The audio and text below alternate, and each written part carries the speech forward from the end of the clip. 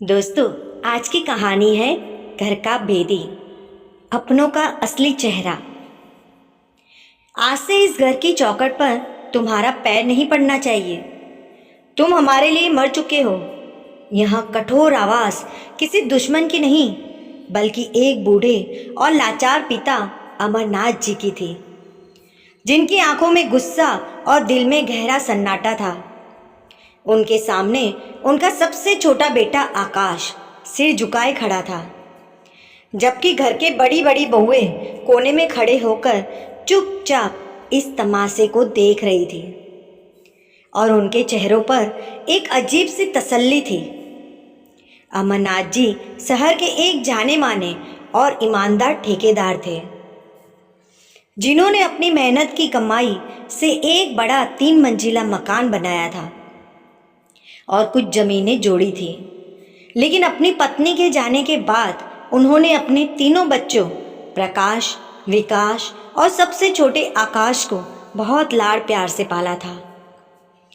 पिछले कुछ महीनों से अमरनाथ जी के कारोबार में भारी घाटा होने लगा था, क्योंकि जो भी टेंडर वो डालते वो किसी न किसी तरह लीक होकर उनके प्रतिनिधित्व को मिल जाता था और घर के अंदर की सारी बातें, पैसों का लेन देन और जमीनों के कागजात की जानकारी बाहर जा रही थी।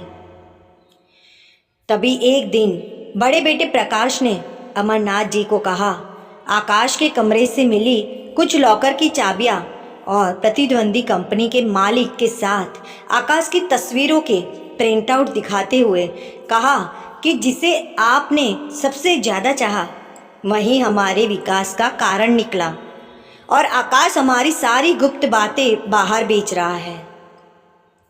अमरनाथ जी के पैरों तले जमीन खिसक गई और उन्होंने बिना आकाश की एक बात सुने या उसे सफाई का मौका दिए भरे समाज और रिश्तेदारों के सामने उसे घर का भेदी कहकर धक्के मारकर घर से निकाल दिया। आकाश रोता रहा, गिड़गिड़ाता रहा कि वह बेकसूर है, लेकिन उसकी सुनने वाला वहाँ कोई नहीं था। और उसके जाने के बाद प्रकाश और विकास ने धीरे धीरे पूरे कारोबार और घर पर अपना नियंत्रण कर लिया, जिससे अमरनाथ जी बिल्कुल टूट गए और खुद को एक कमरे में बंद कर लिया। इस बात को पूरे 2 साल बीत गए और अमरनाथ जी की तबीयत अब बहुत ही खराब होने लगी थी। तभी एक दिन अचानक शहर के सबसे बड़े और सख्त मिजाज वकील राघवेंद्र जी उनके घर पहुंचे और उन्होंने आंगन में आकर गंभीर आवाज में सबको इकट्ठा किया। प्रकाश और विकास अपनी पत्नियों के साथ मुस्कुराते हुए आए, क्योंकि उन्हें लगा कि शायद पिताजी अब सारी संपत्ति उनके नाम करने वाले हैं। लेकिन वकील साहब ने अपनी फाइल से एक पेन ड्राइव निकाली और उसे लैपटॉप में लगाकर एक वीडियो चालू कर दिया, जिसे देखते ही प्रकाश और विकास के चेहरे का रंग उड़ गया।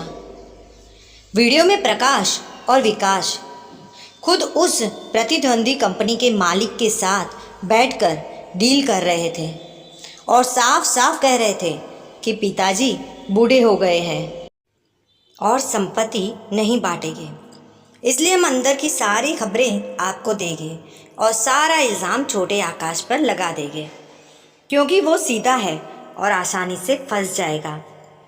यह देखकर अमरनाथ जी की आंखों से अंगारे बरसने लगे और वकील साहिबा ने सख्त आवाज़ में कहा कि जिसे आपने घर का भेदी समझकर निकाला था ना, वो 2 साल से अपनी बेगुनाही को साबित करने के लिए दिन रात सबूत जुटाता रहा था, ताकि वो संपत्ति नहीं बल्कि आपका विश्वास, आपका खोया हुआ विश्वास और सम्मान वापस पा सके।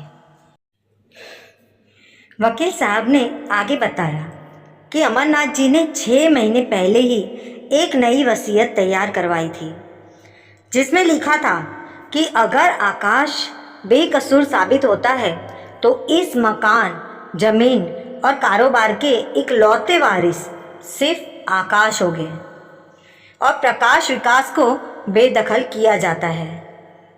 यहाँ सुनते ही दोनों भाई पैरों में गिर पड़े और बहुएं भी रोने का नाटक करने लगी। तभी दरवाजे पर आकाश आकर खड़ा हुआ, जिसे देखकर अमरनाथ जी ने भागकर उसे गले से लगा लिया और रोते हुए अपनी भूल की माफ़ी मांग ली। आकाश ने पिता के आंसू पोंछे और वसीयत के कागजात हाथ में लेकर मुस्कुराते हुए कहा कि पिताजी, मुझे यह संपत्ति नहीं चाहिए। मैं तो सिर्फ आपका वह विश्वास वापस लेने आया था कि आपका बेटा गद्दार नहीं है। उसने कागजात वकील साहब को वापस देते हुए कहा कि इस संपत्ति के 3 बराबर हिस्से किए जाए, क्योंकि भैया, लोगों ने जो किया वो लालच था, लेकिन मैं इस परिवार को टूटने नहीं देना चाहता, क्योंकि भाइयों का बंटवारा हो सकता है, दिलों का नहीं।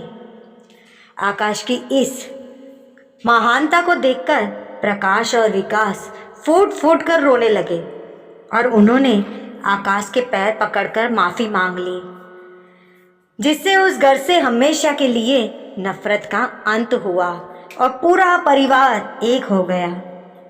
दोस्तों, कभी कभी जो हमारे सबसे करीब होते हैं ना, वहीं हमारे विश्वास का फ़ायदा उठाते हैं, और जिसे हम गलत समझ बैठते हैं वहीं हमारे सम्मान की रक्षा करता है। इसलिए बिना सच जाने कभी भी किसी पर इतना बड़ा इल्ज़ाम नहीं लगाना चाहिए। अगर यह कहानी आपके दिल को छू गई हो तो वीडियो को लाइक, शेयर और चैनल को सब्सक्राइब जरूर कीजिएगा और अपने फैमिली जनों और दोस्तों को साझा जरूर कीजिएगा। मिलते हैं एक नई कहानी के साथ, तब तक के लिए धन्यवाद।